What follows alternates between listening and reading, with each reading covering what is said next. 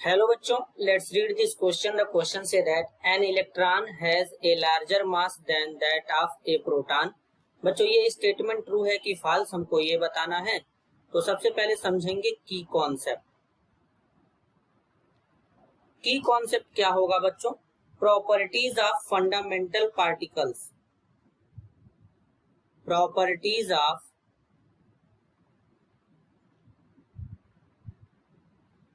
Fundamental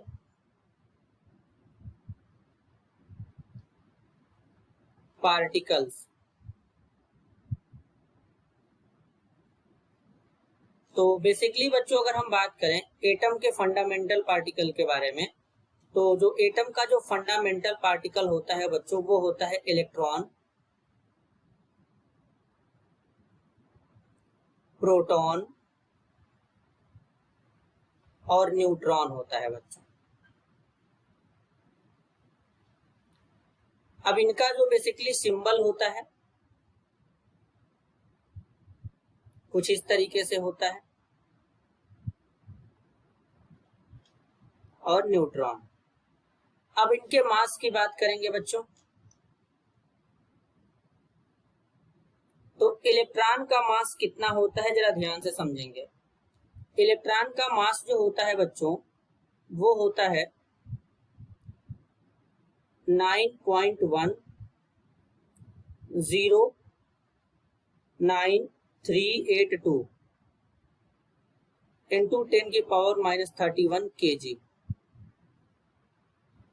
इसी तरीके से बच्चों अगर हम बात करें प्रोटॉन के मास की तो 1.6726216 इंटू 10⁻⁻27 kg होता है प्रोटॉन का मास। और बच्चों अगर हम न्यूट्रॉन के मास की बात करें तो न्यूट्रॉन का मास कितना होता है बच्चों? तो बेसिकली जो न्यूट्रॉन होता है इसका मास जो होता है कुछ इस तरीके से होता है 1.67497 इंटू 10⁻⁻27 kg। तो सबसे ज्यादा जो मास होता है बच्चों न्यूट्रॉन का होता है, यानी न्यूट्रॉन और प्रोटॉन का मास अप्रॉक्स सिमिलर होता है, लेकिन फिर भी थोड़ा सा अगर हम देखें यहाँ पर तो जो न्यूट्रॉन का मास है वो प्रोटॉन से ज्यादा है। और सबसे कम जो मास है यहाँ पर वो किसका है? इलेक्ट्रॉन का है। तो इलेक्ट्रॉन का मास यहाँ पे सबसे कम है, लेकिन यहाँ पे बोला गया एन इलेक्ट्रॉन हैज ए